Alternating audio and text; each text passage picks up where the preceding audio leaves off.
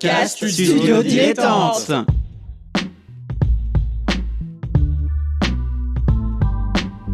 Donc ce que vous proposez comme d'habitude, c'est de la poudre de perlimpin. La République, c'est moi. Et je ne me laisserai jamais entraîner par un opportuniste dans cette voie-là. Allez, rangez vos mines boudeuses, rangez vos discours de rageux. Restons polis, le podcast qui explique calmement la politique. Bonjour à toutes et à tous et bienvenue dans Restons Polis, le podcast qui vous explique calmement et sans prise de tête la politique. Chaque lundi sur Apple Podcast, Spotify, Podcast Addict, globalement toutes vos applications de podcast préférées. Nemo et moi, on explique la politique calmement en reprenant la base, puisque des fois c'est pas forcément évident de tout savoir d'un coup. Et comme chaque lundi, j'accueille mon camarade Nemo. Salut Nemo. Salut Adrien. Comment vas-tu ? À 78% ça va, et à 21% ça va, et le reste ne se prononce pas. C'est un petit pourcentage. Ah, ok, d'accord, très bien. C'est un bon teasing pour notre sujet, mais avant tout ça... En subtilité, tout en subtilité. Tellement... Toujours. Avant ça, petit extrait sonore pour introduire le sujet. Il a manqué de sens politique. Imaginez juste une minute, monsieur le Premier ministre, monsieur le candidat, que vous soyez pas au second tour. Oui. Vous votez pour qui ? Non, j'ai une imagination normale, mais tempérée par la raison quand même. Ouais. Donc, c'est impossible. Impossible, disons pas ça, mais ça me paraît assez peu vraisemblable. Bon, donc on peut passer à la question suivante peut-être. Alors Nemo, qu'est-ce qu'on vient d'entendre ? Alors on vient d'entendre la réaction de Lionel Jospin avant le premier tour des élections présidentielles de 2002 à une question qui lui avait été posée par le journaliste John-Paul Lepers, et cet extrait avait fait grand bruit, notamment au regard de ce qui s'était passé, puisque sa non-qualification au second tour est arrivée. Et en fait, cet extrait, je trouve qu'il est intéressant pour parler des sondages, puisque c'est le sujet du jour, parce que ça donne le poids, l'assurance que donnent les sondages. Quand un candidat comme Jospin se dit que c'est impossible qu'il arrive au second tour, qu'il n'arrive pas au second tour alors que l'élection n'a pas eu lieu, ça dit quand même quelque chose du poids des sondages. Oui, dans un épisode, dans l'épisode précédent, on a parlé du vote, et notamment je posais la question de façon un petit peu provocatrice, est-ce que le sondage remplace le vote ? Puisque le sondage, c'est devenu un peu cette marotte politique qu'on voit quasiment toutes les semaines, et parfois plusieurs fois par semaine, de sondages sur quelle est un peu l'opinion dominante, en tout cas majoritaire, dans la population. Et effectivement, on arrive sur des cas un peu particuliers où les sondages ne reflètent pas, ou alors pas au bon moment, la réalité des scrutins. Oui, Nemo. Rappelons que quand on dit les sondages, c'est un raccourci. On parle de sondages d'opinion. Il existe des tas de sondages différents qui sont faits par les mêmes instituts en général, faits pour des entreprises privées qui veulent sonder leurs consommateurs ou ce genre de choses. Là, on parle vraiment des sondages d'opinion en ce qui concerne l'actualité politique et les personnalités politiques. Alors, comme on le disait dans l'épisode précédent, toi et moi, on n'a jamais été dans le fameux échantillon représentatif de tous les Françaises et les Français. Mais en fait, un sondage, comment ça se passe ? On pose des questions et généralement, on a plusieurs choix sur lesquels se positionner. En fait, on peut déjà un peu décortiquer les mécaniques du sondage rien que là-dedans. Déjà, tout va dépendre de comment la question est posée. Tout va dépendre aussi des réponses possibles. Tout à l'heure, je suis retombé sur un sondage du CEVIPOF, le centre de recherche politique de Sciences Po, qui en fait posait la question, pour vous, la France est en déclin ou pas en déclin ? Et ensuite, la deuxième question, c'était est-ce que la France, est-ce que c'est irrémédiable ou est-ce que ça peut s'arranger ? Déjà, rien que dans ces deux questions, on a un choix très binaire qui va beaucoup influencer les réponses. Autre question qu'on peut poser, c'est êtes-vous pour ou contre l'occupation illégale d'un terrain ? Première question. Ou, si je la pose d'une autre manière, êtes-vous pour ou contre que des gens en situation d'urgence occupent un terrain ? Et là, forcément, peut-être vos réponses seront différentes. Donc voilà déjà les premières choses qu'on peut dire sur un sondage, l'importance de la question. Nemo, tu as peut-être des choses à réagir. Oui, j'ajoute pour compléter évidemment l'importance de la question, parce que cette question dépend également du client. Il faut savoir qu'un sondage a toujours un client, c'est-à-dire réaliser un sondage, c'est pas un secret, ça coûte de l'argent. Il faut appeler des gens, il faut faire un panel, il faut lisser les chiffres après pour tenir compte des biais du panel et essayer de voir, parce qu'il faut savoir que quand les gens répondent à un sondage notamment politique, ils répondent pas forcément exactement ce qui va se passer après, c'est-à-dire il y a aussi le fait que c'est un sondeur auquel on répond, etc. Donc il y a un lissage des chiffres qui est fait après, et c'est justement ce fameux lissage qui fait polémique. Mais pour en revenir à ça, par exemple, quand le Figaro, journal de droite, pose une question, ce n'est pas la même chose que quand c'est un parti politique, par exemple de gauche, qui pose la question. La question sera rédigée différemment, les attentes seront aussi diverses. Et toute la question qui peut se poser au niveau du sondage, c'est que, bien entendu, un sondage qui serait complètement biaisé, qui donnerait des réponses incohérentes, si par exemple le Figaro faisait un sondage où il apparaissait que Xavier Bertrand gagne la présidentielle au premier tour avec 58% des voix, là évidemment c'est la crédibilité de l'Institut Sondage qui est mise en jeu, mais le fait que le Figaro commande un sondage, ça veut dire que également le Figaro attend peut-être un résultat qui soit au moins en accord avec sa ligne électorale. D'où la question si des sondages non publiés. Alors tout à fait, tu peux effectivement, c'est un point qui était un peu absent de mes notes. Et moi j'allais poser aussi la question du contexte, hein, tu l'as rappelé dans l'épisode précédent. C'est-à-dire que si par exemple, on sait pas trop et on se dit tiens, je vais plutôt me fier au contexte dans lequel je m'inscris, eh bien on peut être amené à penser telle ou telle chose. Le lendemain d'un fait divers particulièrement sordide, on est peut-être plus enclin à être pour des réformes de la justice assez radicales, alors que par exemple en temps de paix, quand il se passe rien, on est peut-être plus coulant. Ça c'est quelque chose d'important. Pour donner un exemple, par exemple, de sondage assez intéressant, alors je vais reprendre la tribune des anciens militaires qui étaient dans Valeurs Actuelles, on va dire. Je pense que vous en avez tous entendu parler. Je détaille pas plus le contexte pour une raison. C'est qu'il y a eu un sondage qui a été fait pour savoir si les Français interrogés étaient en accord avec cette tribune. Et il y avait une majorité, je crois que c'est 58% des Français qui étaient en accord avec les idées défendues dans cette tribune. Voilà ce qu'a fait le titre. Après, quand on regarde le sondage, on s'aperçoit qu'il y a une nuance. Et il y a des Français qui ont dit « oui, je suis totalement d'accord » ou « oui, je suis plutôt d'accord ». Et ces deux opinions ont été agrégées ensemble pour faire une majorité. Alors qu'être plutôt d'accord avec quelque chose n'est pas être totalement en accord avec cette chose. Et il y avait aussi une deuxième question qui disait « mais cette tribune, est-ce que vous l'avez lue ou vous en avez entendu parler ?» Et du coup, il y a en fait, je crois que c'est 38%, je dis peut-être une bêtise, mais en gros, il n'y a pas une majorité des gens qui l'avaient lu. Pourtant, c'est une tribune, hein, on en a tellement parlé, elle est disponible probablement assez facilement sur Internet, elle ne doit pas être très longue. Mais la question, voilà. Donc du coup, dire qu'une majorité des gens soutient ceci, ce qui est mis dans les titres de journaux, la question se pose si c'est vraiment une information.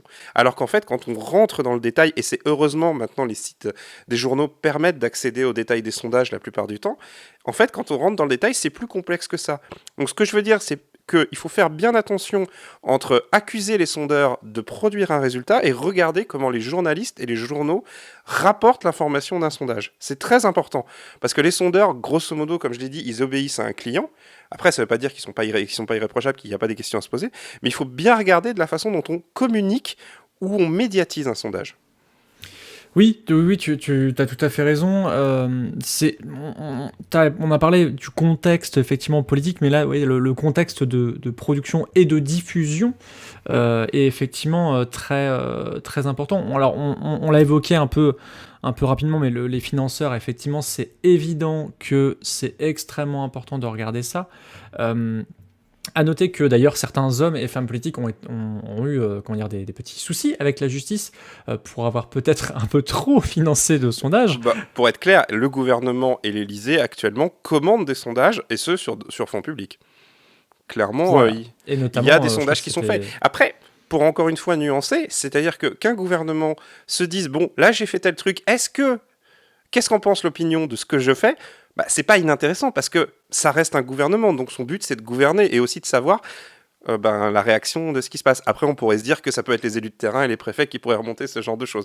Mais voilà, la question se pose quand même. Oui, non, moi je pensais pour le coup c'était Nicolas Sarkozy qui avait comme ça commandé un certain nombre de sondages avec des gens qui étaient proches de lui. Mais après, tous les hommes, les grands hommes politiques le font sur deniers privés aussi, peuvent le faire avec leur propre argent. Je sais que c'était Manuel Valls, à l'époque où il était Premier ministre, qui était un spécialiste de commander des sondages. On avait même appris que pour Laurent Wauquiez, qui avait commandé, je crois, un sondage pour savoir si sa nouvelle coupe de cheveux adhérait. Enfin, il y avait des choses comme ça, en fait, sur l'apparence, sur des choses comme ça. Donc on peut faire vraiment des sondages sur tout. Il y a un point intéressant, et je m'en voudrais de ne pas l'évoquer, c'est l'échantillonnage. Souvent, les médias qui diffusent des sondages parlent d'échantillons représentatifs. Alors, c'est très intéressant parce que qu'est-ce qu'être représentatif ? Sur quelle base on se pose pour dire que c'est représentatif ? Donc, évidemment, la taille de l'échantillon est effectivement une chose à surveiller. Par exemple, vous avez certaines émissions, notamment dans l'information en continu, où ils posent des questions à leur public, et en fait, on se rend compte qu'il y a 300 personnes qui ont répondu. C'est peut-être pas un échantillon représentatif, d'autant plus que l'échantillonnage, il est important. Est-ce que ça a été fait par Internet ? Est-ce que ça a été fait par téléphone ? Si oui, c'est par téléphone, est-ce que c'est téléphone fixe ? Est-ce que c'est téléphone portable ?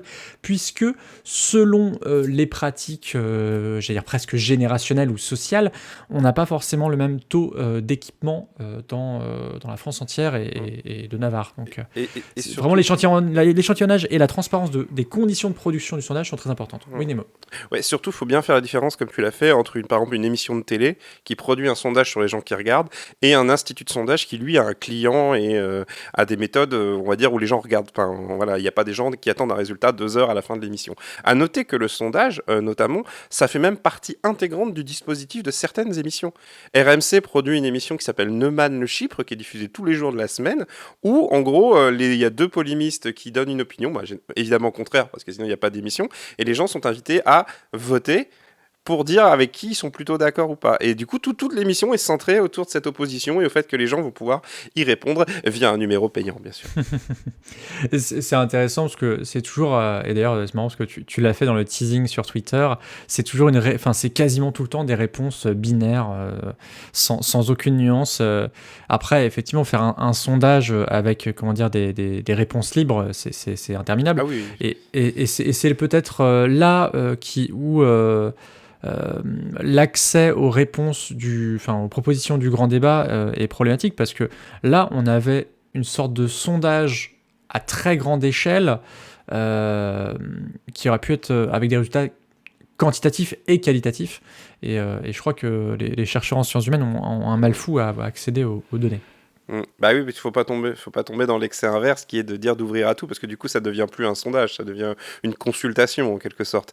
Mais de la même façon, on pourrait se poser la question, qu'est-ce que c'est qu'un sondage où il y a que comme réponse oui, non ?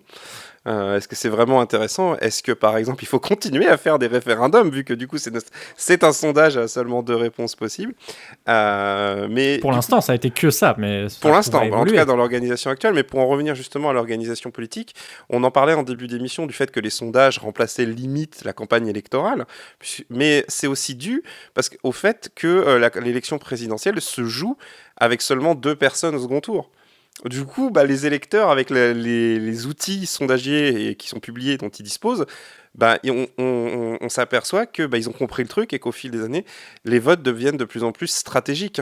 C'est genre, on aurait pu remettre l'extrait de Koh-Lanta, mais c'est combien de gens... Mais moi, je serais vraiment curieux d'avoir la question de faire une élection test, mais genre sans aucun enjeu, en fait, en mode... Vous savez ça va pas être le président, ça va pas être etc. Donc forcément, il y aura des petits malins qui viendraient voter n'importe quoi, mais votez pour le candidat ou la candidate qui vraiment vous inspire le plus. On s'en fout du second tour, etc. Ce serait très intéressant d'avoir la différence entre l'organisation telle qu'elle est actuellement et celle que je viens de décrire. Parce que les sondages, techniquement, devraient être les mêmes. Or, comme les sondages influencent les sondages, on sait tous que ce ne serait pas le cas. Oui, je vous renvoie à notre épisode, c'était sur l'abstention, le vote nul, où on a parlé du vote par jugement, où en fait on dit bah tiens, majoritaire. est-ce que majoritaire, c'est ça. En fait on vient dire bah tiens, classer ces personnes par qualifiées pour diriger, pas qualifiées, etc. Enfin aussi autre info, et je m'en serais voulu de ne pas la donner, il y a aussi des pratiques qui sont interdites en termes de sondage. Typiquement, il est interdit de publier des sondages la veille et le jour d'un scrutin électoral, et cette interdiction peut être quand même durement sanctionnée, ce qui a donné des pratiques un peu souterraines, dirons-nous, dans les jours d'élection, puisque en fait les Hashtag médias... Radio Londres. Voilà, t'as tout à fait compris où je voulais en venir. Donc sur ce hashtag, il y a beaucoup de petits malins et de petites malines qui se sont amusés à relayer les informations de la presse étrangère qui, elles, du coup, du fait que c'est pas sur le territoire français, ne sont pas soumises à ces interdictions. Donc voilà, c'est important de le souligner. Oui, après tout, le meilleur sondage, ça reste l'élection, au final, puisque là, c'est le seul qui a de l'intérêt. Et l'avantage de l'élection, c'est qu'on a les résultats partout. Vous pouvez regarder où ça a voté, quand ça a voté, etc. Enfin, pas quand, mais quoi ça a voté, quels candidats ont obtenu. Enfin, tout est disponible sur les sites d'open data public, le ministère de l'Intérieur, si je dis pas de bêtises. Oui, ça doit être ça. À noter un truc aussi intéressant, je ne sais pas si tu avais prévu d'en parler, mais c'est aussi les propriétaires des instituts de sondage. C'est une critique qui est récurrente.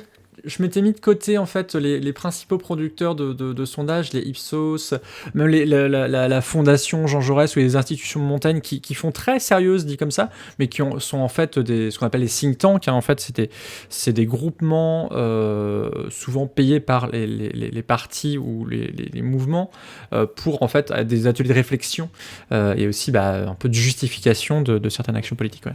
Oui, voilà, et il faut toujours, par exemple, dernièrement, il y a eu des études sur Marine. Alors, pour le coup, c'est pas vraiment un sondage en lui-même, mais plus une étude qui a été parue sur la candidature de Marine Le Pen par l'Institut Jean Jaurès.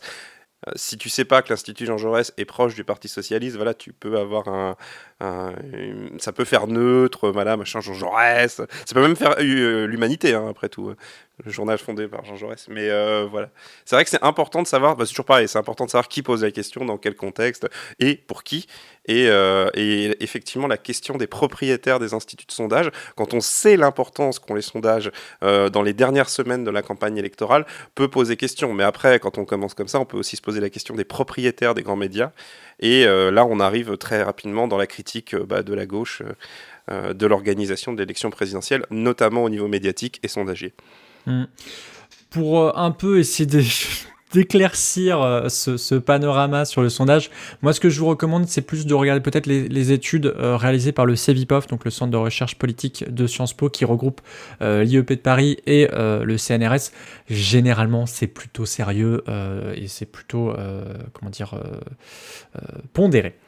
Moi, je vous conseille de lire les sondages. Oui, vraiment, parce que c'est toujours très intéressant.